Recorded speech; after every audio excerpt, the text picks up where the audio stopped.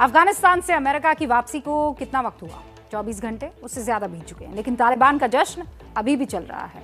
हालांकि ताजपोशी के सस्पेंस से तालिबान नेताओं ने अभी तक पर्दा नहीं उठाया और खबर यह भी है कि कुर्सी को लेकर तालिबान के गुटों में विवाद है। तालिबान की गद्दी संभालने से पहले ये मुश्किल साफ तौर पर दिख रही है। अफगानिस्तान में एक और तालिबान भी खड़ा हो गया है, अभी गद्दी पर जमे नहीं है, उससे पहले ही तालिबान के खिलाफ खड़े हुए नए तालिबान के बारे में आपको बताएं, उससे पहले अफगानिस्तान से जुड़े कुछ अपडेट्स मैं आपको दे देना चाहती हूं। तालिबान ने अफगान क्रिकेट टीम को ऑस्ट्रेलिया में टेस्ट खेलने की इजाजत दे दी है। पंजशीर में तालिबान और एनआरएफ की बातचीत टूट गई है। तालिबान का आरोप है कि एनआरएफ के रवैये की वजह से बातचीत टूटी है। एनआरएफ ने तालिबान के 350 लड़ाकों को मारने का दावा किया है। तालिबान लड़ाकों ने पंजशीर को चौतरफा घेर लिया है, ये ऐसी जानकारी मिल रही है। अब पंजशीर तालिबान के लिए बड़ी मुसीबत बन गया है। इसके साथ अफगानिस्तान में आईएस खोरासान प्रोविंस यानी आईएसकेपी अब नया तालिबान बनकर उभर आया है, जिसने तालिबान को उखाड़ फेंकने की कसम खा ली है। आईएसकेपी तालिबान के साथ साथ अमेरिका और यूरोप को भी धमका रहा है। आईएसकेपी क्या अब अल कायदा और आईसिस जैसा नया ग्लोबल टेरर नेटवर्क बनने की राह पर है? और पर्दे के पीछे इसे तैयार कौन कर रहा है? इसी की पड़ताल आज हमारी मास्टर स्ट्रोक की कवर स्टोरी में है। दुनिया के सामने अमेरिका की अंतर्राष्ट्रीय शर्म की अभी तक सिर्फ यही तस्वीर थी, जिसमें अमेरिकी सेना के major general Chris Donahue Afghanistan से निकलने वाले आखिरी हवाई जहाज में सबसे आखिर में बैठे थे। लेकिन अब इस ऑपरेशन का एक वीडियो सामने आया है। अमेरिका से सैनिकों के आखिरी दस्ते की अफगानिस्तान से वापसी का ये वीडियो यूएस आर्मी ने ही जारी किया है। सबसे पहले कार्गो प्लेन C-17 का कॉकपिट दिख रहा है, फिर रात के अंधेरे में एक एक करके अमेरिकी सैनिक प्लेन में चढ़ रहे हैं। प्लेन में बिल्कुल अंधेरा है, सुरक्षा कारणों की वजह से ऐसा किया गया है। ऐसे ही प्लेन रनवे पर दौड़ता है और आसमान में उड़ जाता है और उसके बाद हवाई जहाज की लाइट ऑन होती है, जिसके बाद प्लेन में बड़ी संख्या में अमेरिका के सैनिक नजर आते हैं और फिर आखिर में उन्हें प्लेन से उतरते हुए भी दिखाया गया है। 20 सालों के बाद अमेरिका के निकलने की खुशी अभी तक पूरे अफगानिस्तान में मनाई जा रही। कंधार से लेकर काबुल तक ऐसे ही तालिबान का स्वागत हो रहा है। अमेरिका के जाने की खुशी में तालिबान ने अफगानिस्तान को धुआं कर दिया है। कहीं फायरिंग हो रही है तो कहीं रैली निकल रही है। पूरे अफगानिस्तान में तालिबान के समर्थक अमेरिका और नेटो सेनाओं के ऐसे ही जनाजे निकाल रहे हैं। ये खोस्त की तस्वीरें हैं, जहां अमेरिका के जाने के बाद हजारों की संख्या में लोग इकट्ठा हुए और अमेरिका, ब्रिटेन और फ्रांस जैसे देशों के ऐसे ही डमी जनाजे निकाले गए। तालिबान भले ही अमेरिका जैसे सुपर पावर से 20 साल की जंग के बाद सत्ता पाने की खुशी मना रहा है, लेकिन अफगानिस्तान में कुर्सी का किस्सा अभी खत्म नहीं हुआ है।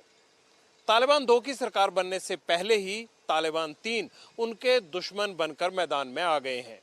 ये तालिबान 3 कोई और नहीं बल्कि तालिबान से निकाले गए वो आतंकी हैं जिन्हें आईएसकेपी के नाम से जाना जाता है। काबुल एयरपोर्ट पर 26 अगस्त को हुए इस धमाके से ही आईएसकेपी ने अपने इरादे बता दिए थे। अमेरिका समेत दुनिया भर की खुफिया एजेंसियां ये मान रही हैं कि आईएसकेपी अब तालिबान से बड़ा सिरदर्द है। इसलिए अमेरिका का काउंटर टेररिज्म अब आईएसकेपी पर पूरी ताकत लगा रहा है। राष्ट्रपति जो बाइडेन ने भी जब अफगानिस्तान की जंग को खत्म करने का ऐलान किया तो साथ में ये भी जोड़ा कि आईएसकेपी के खिलाफ अमेरिका का अभियान अभी खत्म नहीं हुआ है। तालिबान और आईएसकेपी दोनों ही अमेरिका को अपना दुश्मन मानते हैं, लेकिन यहाँ दुश्मन का दुश्मन दोस्त वाला फॉर्मूला लागू नहीं होता। आईएसकेपी का जितना बड़ा दुश्मन अमेरिका है, उसकी उतनी ही दुश्मनी तालिबान से भी है। अब जब अफगानिस्तान में तालिबान की सरकार बन रही है तो आईएसकेपी उसके रास्ते का सबसे बड़ा रोड़ा बन रहा है। अमेरिका के अफगानिस्तान छोड़ते ही आईएसकेपी बेहद ताकतवर बनकर उभरा है। वो लगातार अफगानिस्तान में धमाके कर रहा है। अफगानिस्तान में अब तालिबान की सरकार के लिए सबसे बड़ा सिरदर्द आईएसकेपी ही बन रहा है। इन दोनों की दुश्मनी समझने के लिए इनका इतिहास जानना जरूरी है। आईएसकेपी की नींव 2014 में पड़ी थी। आईसिस की ब्रांच के तौर पर पाकिस्तान में इसकी शुरुआत हुई थी। 2015 में तालिबान से बगावत करके कुछ लड़ाके आईएसकेपी में पहुंचे थे। यह बगावत अमेरिका और तालिबान से बातचीत को लेकर हुई थी। बगावत करने वालों का तालिबान के नेताओं पर अमेरिका से मिलने का आरोप था। दोहा वार्ता को आईएसकेपी ने जिहाद के खिलाफ माना था। अफगानिस्तान में तालिबान की जीत को आईएसकेपी ने जिहाद के खिलाफ समझौता बताया था। आईएसकेपी ने तालिबान नेता हैबतुल्ला अखुंजादा और मुल्ला बरादर को अमेरिका की कठपुतली बताया है। अब तालिबान सत्ता पर काबिज हो रहा है तो आईएसकेपी ने उसके खिलाफ अपना अभियान और तेज कर दिया है। जब तक यूनाइटेड स्टेट्स के वहाँ पर फौजें थीं तब तक तो ये लोग मिलके लड़ रहे थे, क्योंकि उस समय इनका एजेंडा था कि भाई इन किस तरीके से अमेरिका को बाहर भेजा जाए। अब जब अमेरिका चला गया तो उनको ये लगता है आईएसकेपी को कि तालिबान ने शायद उनके साथ में अमेरिका के साथ में समझौता कर लिया जो उन्हें खास पसंद नहीं आया। तालिबान और आईएसकेपी की इस दुश्मनी को पाकिस्तान की बदनाम खुफिया एजेंसी आईएसआई अच्छी तरह जानती है। वो इस दुश्मनी का फायदा उठाकर भारत और अफगानिस्तान दोनों पर वार करने की तैयारी में है। इसके लिए आईएसआई ने ऑपरेशन अफगान का ब्लूप्रिंट तैयार किया है। तालिबान पर शिकंजा कसने का है। आईएसआई ने आईएसकेपी के सरगना को यह फरमान दिया है कि वो पाकिस्तान विरोधी तालिबान नेताओं का तुरंत कत्ल करे और अफगानिस्तान में फिदाइन हमले तेज करे। इसके अलावा आईएसआई ने आईएस के खुरासान मॉड्यूल को पूर्वी और दक्षिणी अफगानिस्तान में टेरर कैंप शुरू करने को कहा है। आईएसआई ने आईएसकेपी से वादा किया है कि वो उन्हें अमेरिकी हथियारों को चलाने का प्रशिक्षण भी देगी। आईएस का सवाल है, आईएस ने पहले भी इराक और सीरिया में काफ़ी बड़ा कैलिफेट बनाया था, और ये जो अभी अफगानिस्तान में जो हालात बन रहे हैं उससे एक ऐसी स्थिति उभर के सामने आ रही है कि शायद कुछ समय में वो इलाका इस तरीके का हो जाएगा जहां से टेररिस्ट जन्म ले सकते हैं। अफगानिस्तान में तालिबान की जीत के बाद बदले समीकरणों में एक बार फिर से आईएसआई एक्टिव हो रहा है। आईएसआई ने अलकायदा समेत तमाम आतंकी संगठनों से कहा है कि वो जैश ए मोहम्मद के बैनर के तले काम करें। इससे एक तो आईएसआई तालिबान को अपनी मुट्ठी में लेने की कोशिश कर रहा है, तो दूसरी तरफ एक बार फिर से भारत में आतंक की दुकान खोलने की साजिश भी रच रहा है।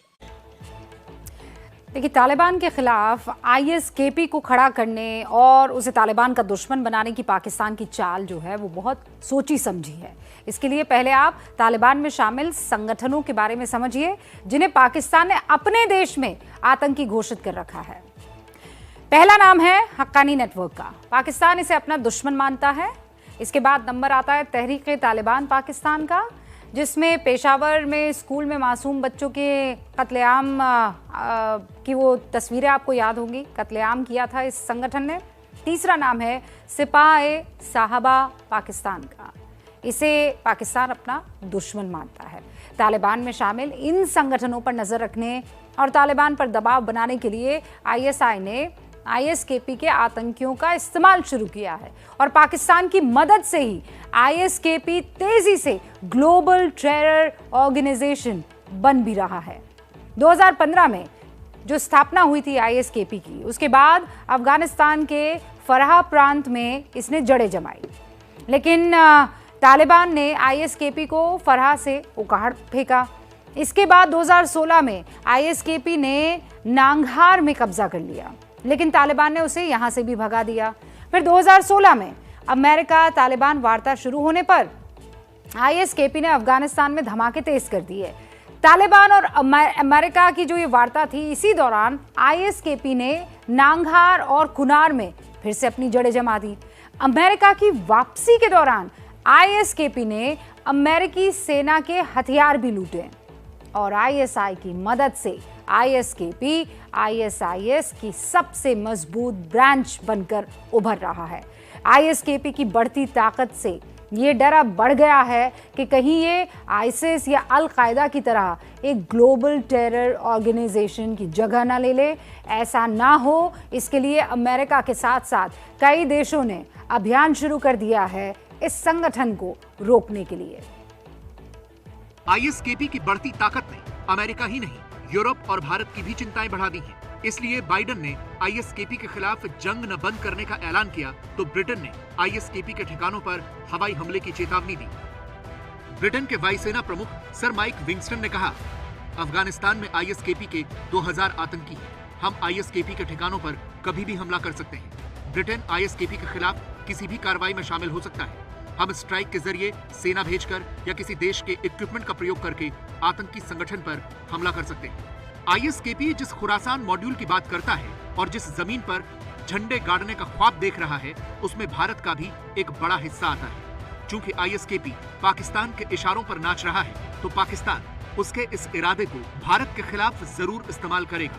इसलिए भारत भी ISKP की हर चाल पर नजर बनाए हुए है। तो दिक्कत सिर्फ तालिबान 2.0 वाला वर्जन नहीं है ना, ये तो ISKP 3.0 निकल गया। अफगानिस्तान से अमेरिका चला गया, लेकिन अपने पीछे वो उन तमाम लोगों को तालिबान के खतरे के बीच छोड़ गया जो वहां से हर हाल में निकलना चाहते हैं। ऐसे लोगों में बहुत से अमेरिका के मददगार भी शामिल हैं। काबुल का एयरपोर्ट अभी चालू नहीं हुआ है। इस बीच अफगानिस्तान से बाहर निकलने वाले लोगों की जो संख्या है वो लगातार बढ़ती जा रही है। अफगानिस्तान से लोगों के पलायन का जो सिलसिला है वो रुकने का नाम नहीं ले रहा है। बहुत लोग उदास हैं, हताश हैं, इन्हें कोई मदद ही नहीं मिल रही है। तालिबान भले ही अपनी जीत का जश्न मना रहा हो और इसे अमेरिका से आज़ादी मिली है ये बता रहा हो, लेकिन हकीकत ये है कि उसके खुद के अपने लोग, बहुत से नागरिक बगावत पर उतर आए हैं। वो अफगानिस्तान में अब एक भी पल रुकना नहीं चाहते हैं। इस बीच अमेरिका के जाने के बाद हमें काबुल एयरपोर्ट से कुछ एक्सक्लूसिव तस्वीरें मिली हैं। ये उन बदकिस्मत लोगों का सामान है जो अफगानिस्तान से बाहर नहीं जा पाए, या तो वहीं मारे गए या फिर उन्हें एयरपोर्ट से ही वापस जाना पड़ा। ये सारी एयरपोर्ट के अंदर की तस्वीरें हैं। इन्हीं इलाकों के आसपास अब से कुछ दिन पहले तक हजारों की संख्या में लोग जमा थे।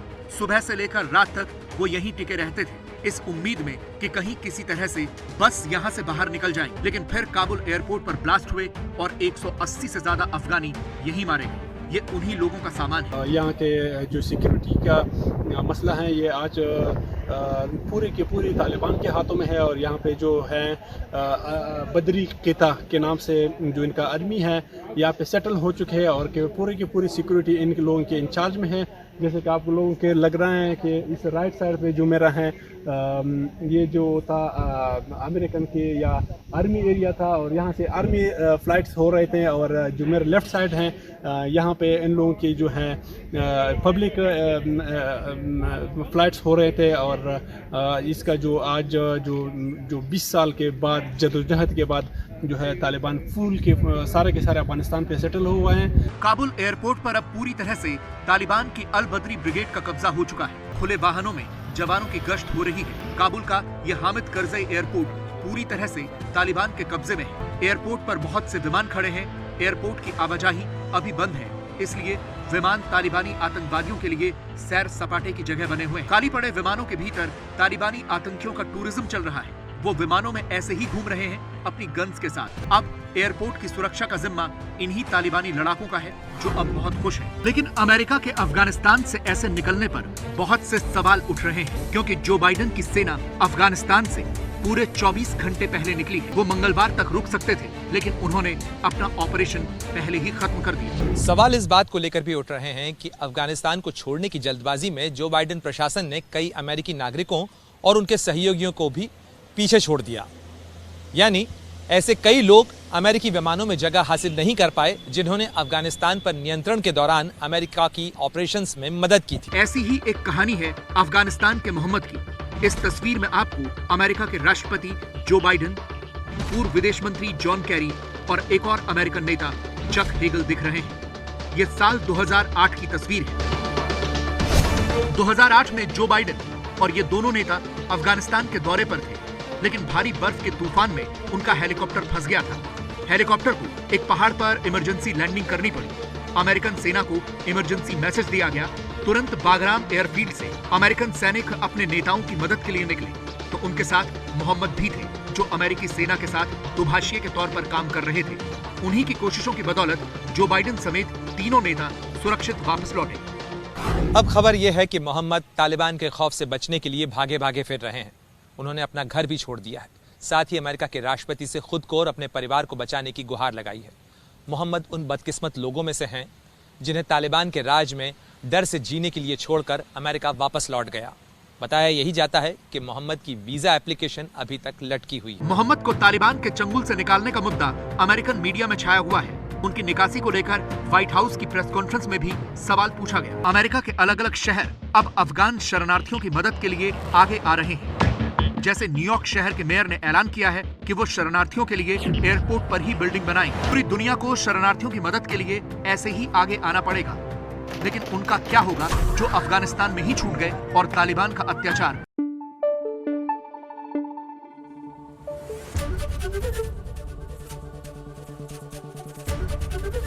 एबीपी न्यूज आपको रखे आगे।